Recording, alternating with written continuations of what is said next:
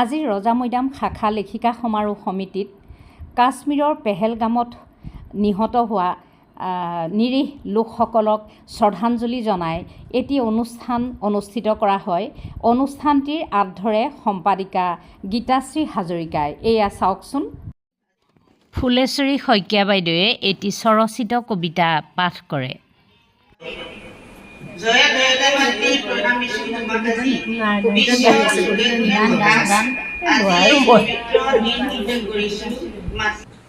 অমিয়া হাজৰিকাই ৰাষ্ট্ৰীয় পৰ্যায়ত লং জাম্প আৰু হাই জাম্প খেলি বিজয়ী হৈ অহাৰ বাবে তেখেতকো এই সভাতে সম্বৰ্ধনা জনোৱা হয় আৰু অমিয়া হাজৰিকাই এটি সুন্দৰকৈ কবিতা পাঠ কৰি আমাক শুনায়।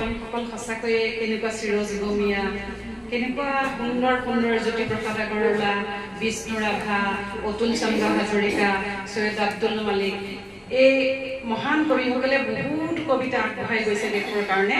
তাৰে ভিতৰত মই অতুল চন্দ্ৰ হাজৰিকাদেৱৰ সেই ক্লাছ 6তে পঢ়া কবিতা এটা মনলৈ আহিলে, ৰূপৰ মাৰি উঠি আহিলোঁ।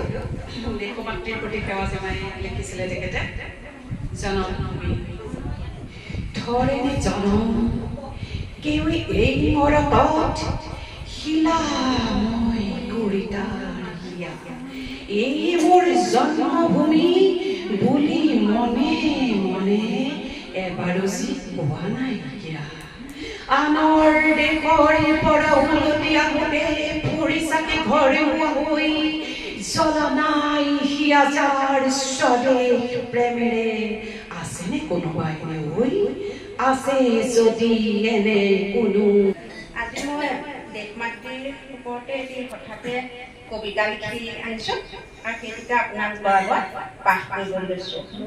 কবিতাৰ শিৰোনাম আহৈ ডেকাৰ দল। আহৈ ডেকাৰ দল ওলাই আহ, দেশ লহাতলে গ'ল। আজি লোৱা বাই ভনী শিৰৰ সেন্দুৰ কালিলৈ নোহোৱা হ'ল। চাৰিওফালৰ পৰা শত্ৰুৱে আমাক আগুৰি ধৰিছে আজি। হাতত তুলিল হেন্দাং তহতে বুকুত সাহস বান্ধি। মনত পেলাই লওঁ লাচিতৰ কথা, কেনেকৈ জিকিলে ৰণ। সুঁৱৰিল কনকলতাৰ কথা, কেনেকৈ দি গ'ল প্ৰাণ। দলে বলে ওলাই আহ তহঁতি, নাথাকিবি আৰু ৰৈ। তহঁতৰ হাততে অসমী মান জিলিকিব চিৰদিনলৈ। এয়া বন্তি শইকীয়া বাইদেউ।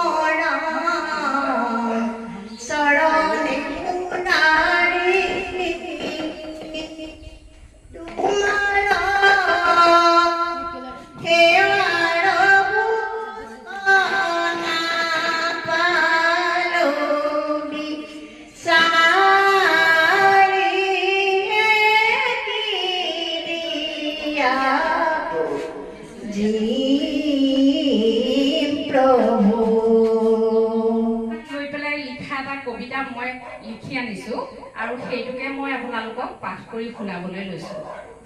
কবিতাৰ শিৰোনাম মোৰ আয়ে কান্দে।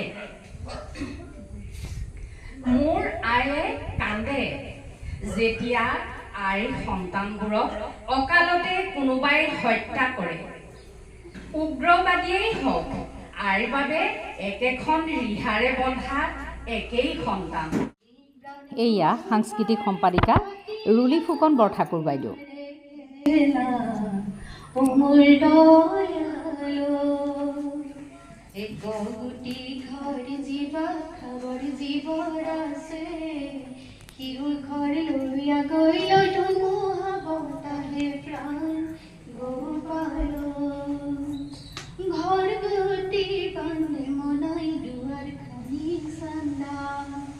আপোনাৰ ঘৰেৰে পৰক লাগি কান্দা প্ৰাণ গোপাল এই প্ৰাণ গোপাল পাতিলা মায়া ৰেখেলা ও মোৰ দয়ালো। মোৰ কবিতাৰ শিৰোনাম বীৰ আৰু বীৰংগনা সৈনিকসকললৈ প্ৰণাম।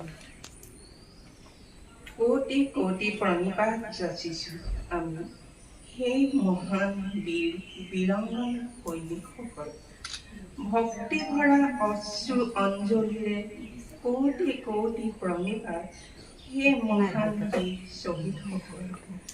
সন্ত্ৰাসবাদীৰ নাই কোনো মানৱতাবাদ, নাই কোনো ধৰ্ম, দয়া মৰম কৰুণা সহানুভূতি। সন্ত্ৰাসবাদৰ আতংকত আমিবোৰ আজি তছনছ। হে মহান বীৰ সৈনিক, তোমাক আমাৰ কোটি কোটি প্ৰণাম। এয়া বন্তি বৰুৱা এটি গীত পৰিৱেশন কৰিছে।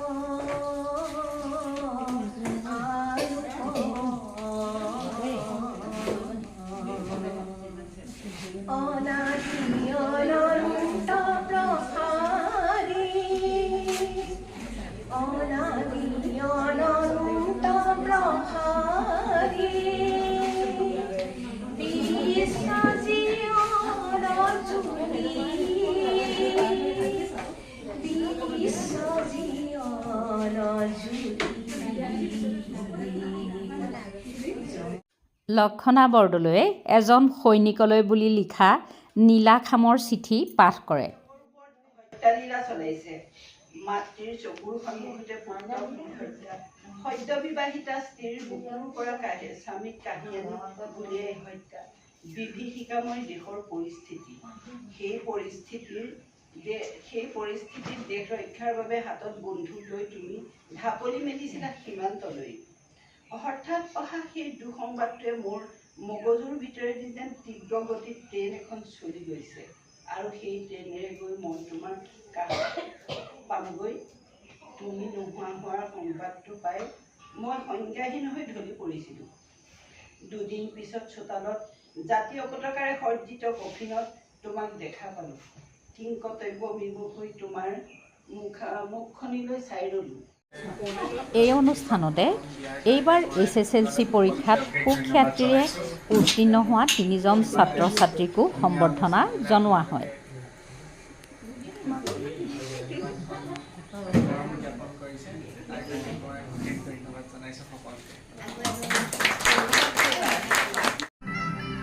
এইবাৰ সুখ্যাতিৰে SSLC পৰীক্ষাত উত্তীৰ্ণ হোৱা এয়া প্ৰাচীয়ে এটা সুন্দৰকৈ নৃত্য প্ৰদৰ্শন কৰিছে। ইমান ফ্লেক্সিবল ন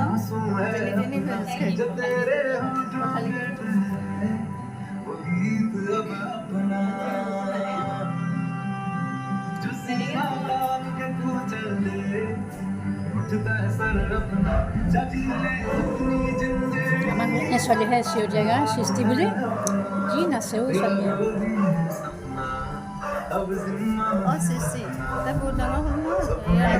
তাই এতিয়া হেৰি কৰে নেগা আৰ্টিষ্টো শিকি যায়, মেকআপো কৰে তাই নেগা আৰ্টিষ্ট। আৰু এই চব যোগান শিকিবলৈ বৰ ধুনীয়া নাচে চিঞৰতে গাওঁ।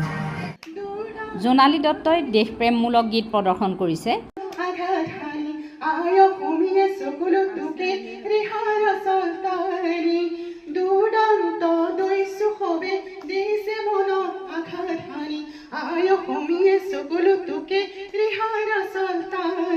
দেশৰ বাবে আগুৱাই যাম কোটি কোটি জনতা, দেশৰ বাবে আগুৱাই যাম কোটি কোটি জনতা। এই ভাৰতৰ জনতা, এই ভাৰতৰ জনতা আজি আমি একতা ৰক্ষা কৰি জন্মভূমি জননী ভাৰত মাতা, ৰক্ষা কৰি জন্মভূমি জননী ভাৰত মাতা। এই ভাৰতৰ জনতা বুৰঞ্জীয়ে কয় ভাৰতৰে জয়, শিকা নাই আমি কাক বোলে ভয়। বুৰঞ্জীয়ে কয় ভাৰতৰে জয়, শিকা নাই আমি কাক বোলে ভয়। তব তেজৰ যাতনা যুগৰ জীৱন মৰণ